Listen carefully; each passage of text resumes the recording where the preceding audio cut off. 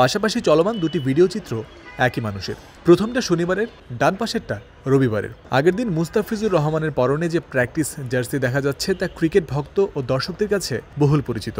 নীল রঙের ট্রাউজারের সাথে ছাই রঙের জার্সি। লম্বা সময় ধরে এই প্র্যাকটিস কিটেই অভ্যস্ত জাতীয় দলের ক্রিকেটাররা। তবে রবিবার তাদের গায়ে উঠল ভিন্ন রঙের কম্বিনেশনে তৈরি নতুন প্র্যাকটিস কিট। ট্রাউজারে কালো আর জার্সিতে পেস্ট কালারের আধিক্য। এটাই বাংলাদেশের চ্যাম্পিয়ন্স ট্রফির জন্য অফিসিয়াল প্র্যাকটিস কিট। এই টুর্নামেন্টকে সামনে রেখে দলগতভাবে করা দ্বিতীয় দিনের অনুশীলনে যা শোভা পেয়েছে তাসকিন আহমেদ, নাহিদ রানাদের গায়ে। এর আগে বিভিন্ন সময় টাইগার ক্রিকেটারদের পরনে যত প্র্যাকটিস কিট দেখা গেছে সেগুলোর মধ্যে এবারেরটাই কি ইতিহাসের সেরা? এই বিষয় নিয়ে ভক্তদের মধ্যে বিস্তর যুক্তিতর্ক হতে পারে। তবে নতুন এই প্র্যাকটিস জার্সি যে দেখতে বেশ সুন্দর এবং তাসকিন সৌম্যদের গায়ে মানাচ্ছে বেশ, সে বিষয়ে সন্দেহাতীত।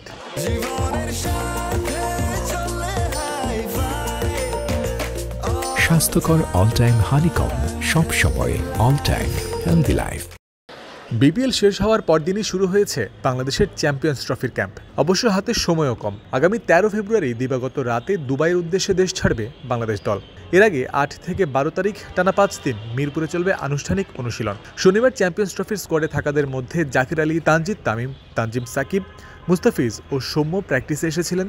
রবিবার প্রথমবারের মতো যোগ দিলেন তাসকিন আহমেদ, নাহিদ রানারা। জাতীয় দলের এই ক্যাম্পে স্কোয়াডের বাইরে থেকেও ডাকা হয়েছে রাডারের আরও 9 ক্রিকেটারকে। তাদের মধ্যে মুশফিক হাসান, মৃত্যুঞ্জয় চৌধুরী ও হাসান মুরাদরা এদিন উপস্থিত ছিলেন অনুশীলনে। জাতীয় দলের কোচদের বাইরে সোহেল ইসলাম, তালহা জুবায়ের, নাজমুল ইসলামরাও ক্রিকেটারদের সাথে কাজ করে চলেছেন নিবিড়ভাবে।